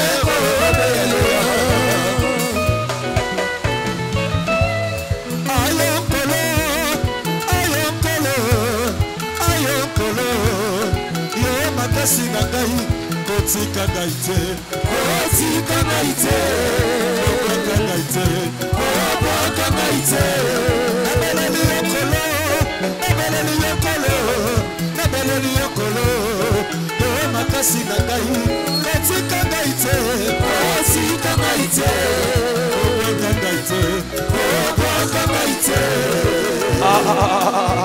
Au nom puissant de na yeko comprendre que ozo sambela penda lokola mutu aza enseigné yango oyo aza enseigné ta soki beloko osala te aosambela te ndenge ozosambela ozosambela ta mosu atali olobi oyo ayebi makambo azosala yaya tozosambela siko makambo toyekoli tomettre en pratique Ézéchiel olobi fils de l'homme yoka kanda silika kanga yoka yoka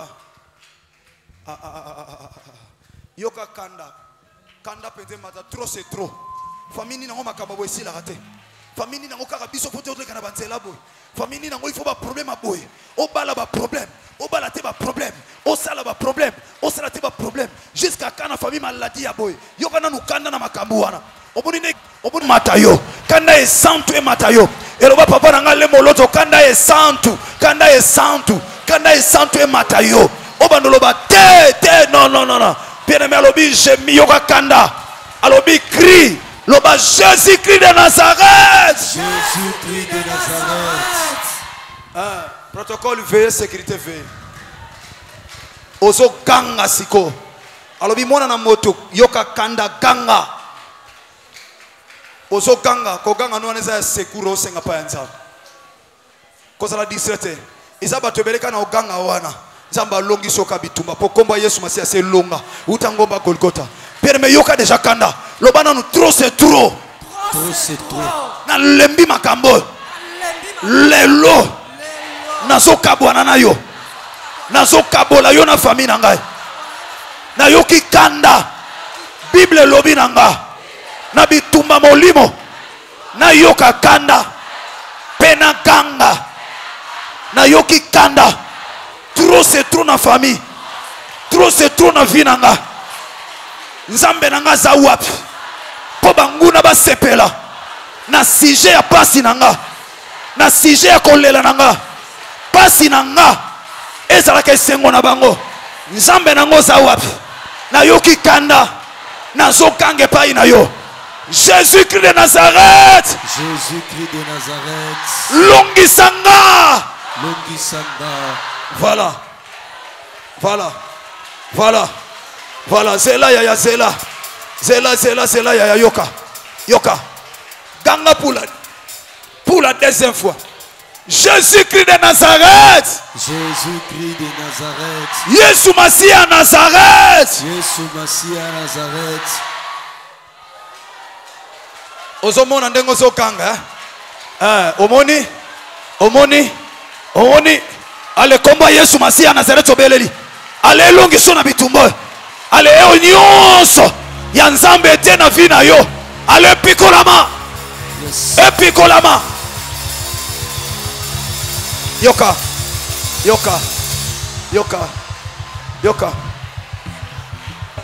Loba kaka lelo. Omoni ndozo loba ona kanda. Tout geste compte. Kaka lelo. Nyonso basala ponanga. Nyonso baloba ponanga. Peli bota nanga. Et zonge na bango. Retour à l'expéditeur. Retour à l'expéditeur.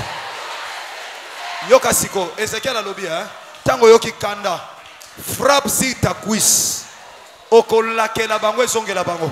Oko tambola. Oko beta maboko na mipende.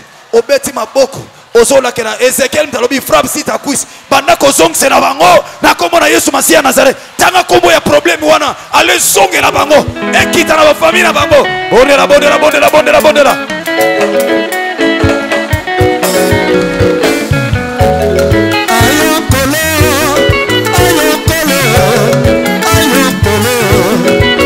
Makasi na ngai motika gaite motika gaite motika gaite motika gaite abeleli yokolo abeleli yokolo abeleli yokolo yebi kombo na ngai motika gaite motika gaite motika gaite motika gaite.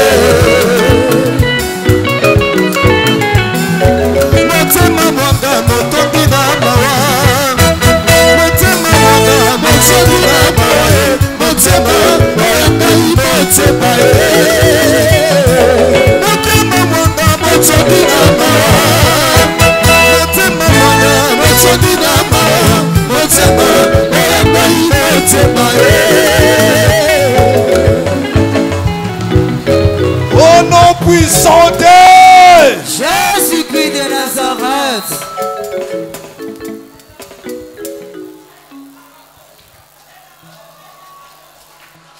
Ozomona siko. Tango Goliath akweyaka, bazwaka epe na ye ebomaka ye moko. David akendaki na epete akende na komba Yesu Masia. Yo poza na komba Yesu Masia. Enza mapeso sous pouvoir ya epée o David azaki na ngote. Yoka bien-aimé s'il vous plaît. Yoka yaya. Fongola maboko mibale bien-aimé na kombo Yesu Masia Nazareth. Fongola maboko. Fongola kama maboko. Protocole veillez, temps exact veillez. Veillez. Yo na nyango trop c'est trop hein.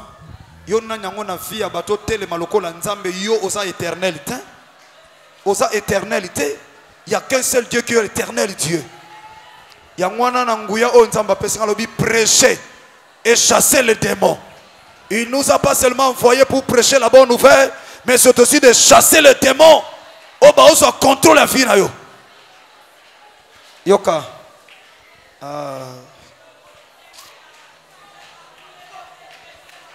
Yoka bien aimé. Yoka ya naebi koza déjà na kanda et santume yoka nan. Diable a un problème na yo. Yoka, yoka, yoka, yoka, yoka, yoka, yoka. Tika molimo santa persona no kimia wana. Oh, osambela ramena sentir yo lelo. Na sentir yo lelo. Lelo. Nazomona puissance telle maison dérange quand tu o continuer kaka. Ozo senti katina yo une puissance nouvelle. Ozo senti katina yo nguya moko ezo matayo tellement siliki makasi. Ozo senti que lelo ba na problème na yo. Yoka. Yoka.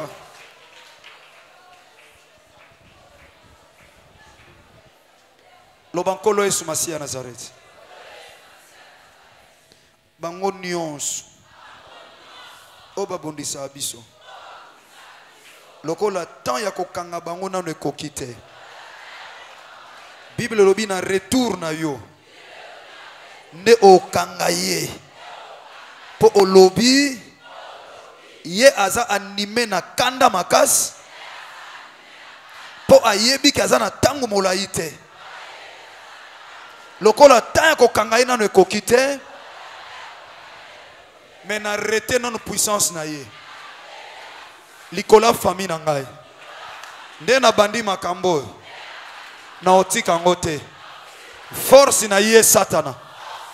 na wa démon na ye po na vie na nga pe famille na nga na kangi yango nanu pas d'entrée et pas de sortie bakangama nanu wana na tie bango na surveillance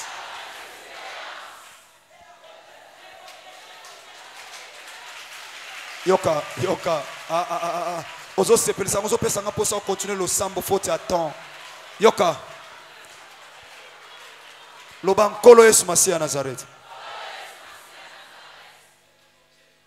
bitumbo aussi ebandi nazwi connaissance yo lobaki na nga peuple na nga zo bunga tina bitumba molimo po aza na connaissance te et si nazwi connaissance bino ba démon bino ba sorcier bino ba to mitema mabe boana problème liboso nzambe na ngai Yesu Masiya Nazareth na rete nanu bino puissance na bino bozala nanu wana pesa siko nzambe merci pour na force azo chakati na yo tonda ye na komba Yesu Masiya Nazareth.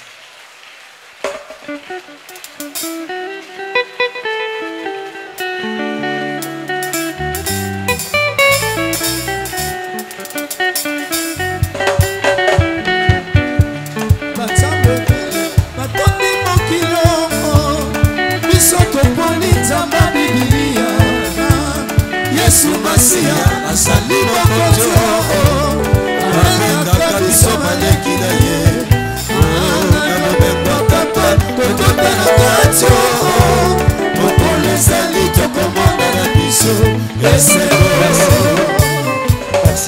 merci. Au nom puissant de Jésus-Christ de Nazareth, Ndena Kondima Tosambel Bopet Lobi. Amen. Merci Fanda Siko. Mais la foi tu vis, la jeune chrétienne.